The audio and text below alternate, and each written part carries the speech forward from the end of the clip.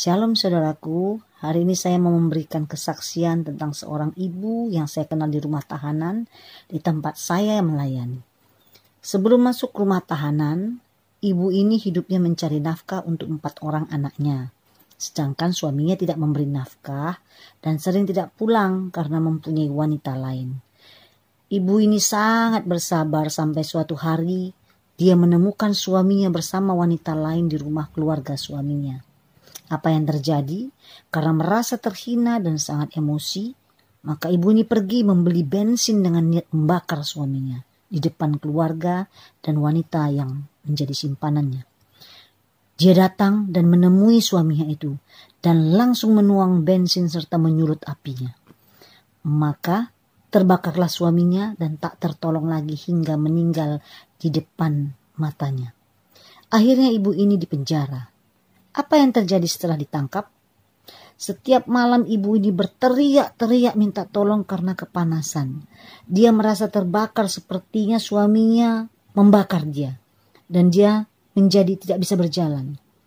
Akhirnya teman sekamarnya pun membawa ibu ini masuk ke gereja di rumah tahanan dan meminta saya untuk berdoa untuknya.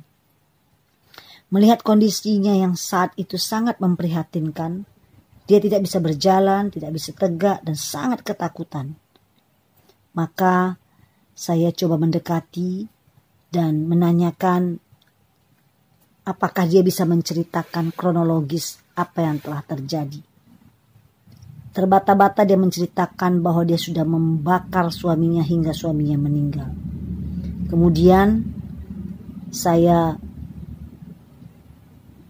mulai mendoakannya. Dan dia minta ampun sama Tuhan, dan saya pimpin untuk menerima Tuhan Yesus ke dalam kehidupannya, untuk memulihkan hatinya, memulihkan keadaannya, sehingga si jahat tidak mendominasi kehidupannya. Setelah didoakan, maka dengan kuasa Tuhan, akhirnya ibu ini bisa sadar dan bisa berjalan kembali pulang ke kamar tahanannya. Setiap minggu saat saya datang melayani, ibu ini selalu hadir beribadah dan berani menyaksikan kebaikan Tuhan yang melepaskan dia dari ketakutan dan membuat dia menjadi sukacita. Ibu ini selalu di dekat saya ketika saya mendoakan orang lain pada saat selesai ibadah. Dia selalu melihat saya sambil dengan matanya yang ceria. Dan kalau saya tanya, ada apa ibu? Apakah ada yang mau kita doakan bersama? Dia hanya bilang, tidak ada ibu. Saya ingin peluk ibu. Saya bangga sama ibu. Maka saya pun memeluknya. 2 minggu kemudian saya diberitahu bahwa ibu tersebut sudah dipanggil Tuhan sewaktu di dalam kamar tahanan. Saya sedih mendengarnya, tapi saya tahu bahwa satu jiwa sangat berharga bagi Tuhan. Sekalipun manusia sangat berdosa, namun Tuhan tidak ingin ada jiwa yang tidak terselamatkan.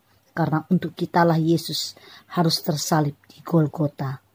Ibu tersebut sudah menerima Tuhan Yesus dan minta ampun dosanya kepada Tuhan. Dan saya yakin dia pergi bersama Tuhan. Demikianlah kisah nyata ini yang terjadi, nyata, dan saya ceritakan.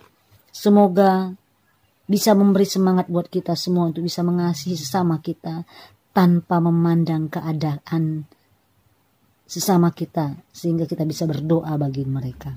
God bless you all.